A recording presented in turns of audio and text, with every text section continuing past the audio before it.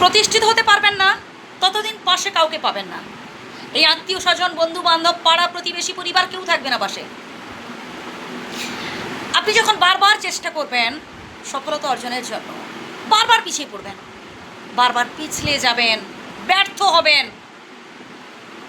মনে কষ্ট পেলে চলবে না ভাই, যে আমার সাথে কেউ নেই, আমাকে কেউ সাহায্য করছে না, আমার হাতটা কেউ ধরছে না। ভাই একাই এগিয়ে চলুন। মনে রাখবেন, failure is the pillar of success. ব্যর্থতাই হচ্ছে সফলতার মূল চাবিকাঠি। বিধাতার উপর ভরসা রাখুন, সৎ পথে চলুন, সততার জয় সর্বত্রই। কারোর মাথায় তেল দিয়ে বা কারোর হাত ধরে ওপরে ওঠার চেষ্টা করলে পরবর্তীকালে কি হবে জানেন? ওই মানুষটা যখন আপনার হাতটা ছেড়ে দেবে, আপনি দুম করে নিচে পড়ে যাবেন। চেষ্টা তো করুন। স্বনির্ভর হতে হবে ভাই।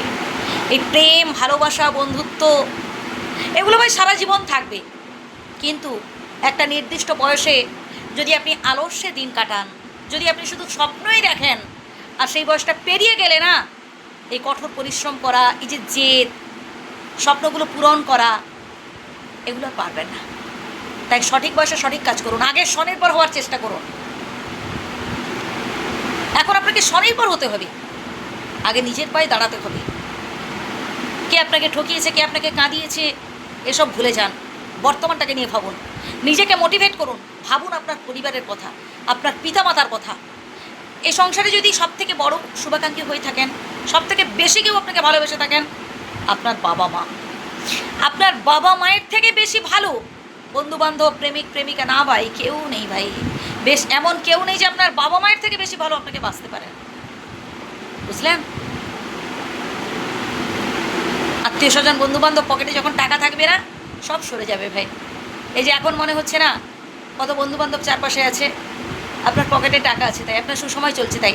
যখন পকেটে টাকা থাকবে না ভাই, কাউকে পাবেন না পাশে, কাউকে পাবেন না। আর একাকেই লড়তে হবে।